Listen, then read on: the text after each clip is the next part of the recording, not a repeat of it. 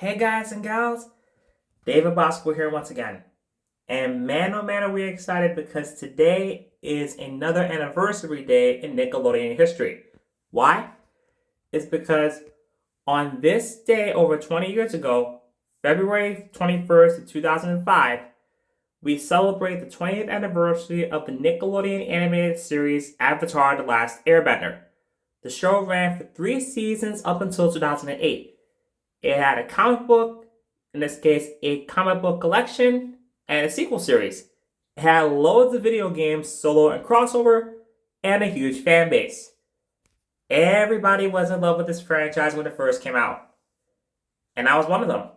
I own the full series on DVD, all 3 complete box sets. In this case, the whole box set containing seasons 1 through 3.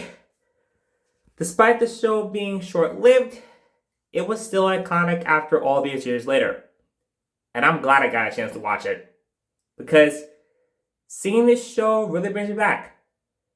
And of course, it makes me happy to say that I am a true Avatar: The Last Airbender superfan. Specifically because of the huge fan base that follows it. So of course, I'm really happy that I got a chance to watch the show. So if you haven't got a chance to watch this series, I strongly recommend you watch it on Paramount Plus or buy the full complete box set on DVD you can find it on Amazon.com. Now, as for the story of the show, it's like this. After being frozen in a giant iceberg, and after 2 Water Tribe citizens, Katara and Sokka, find the airbender whose name is Aang with his flying bison Appa, along with his flying Lima Momo, they're on a journey to stop the bad guys as well as defeat the whole entire Fire Nation in a 100-year war. Along the way, they make new friends.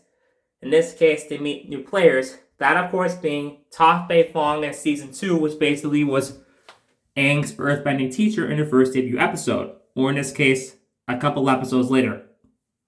And of course, Season 3 was kind of like a final boss fight because even though Azula was played by Great Lyle Griffin, Ozai was voiced by Mark Hamill.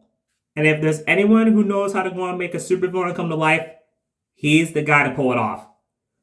But at the end of the day, I'm glad I got a chance to watch the show, and it really brings me a lot back. In this case, it brings me way back to my childhood again and again. And you can definitely watch the series with a huge nostalgia factor. So again, if you haven't watched Avatar, I strongly recommend you watch it. It's on Paramount Plus, or you can buy the full DVD box set. You can find it on Amazon.com.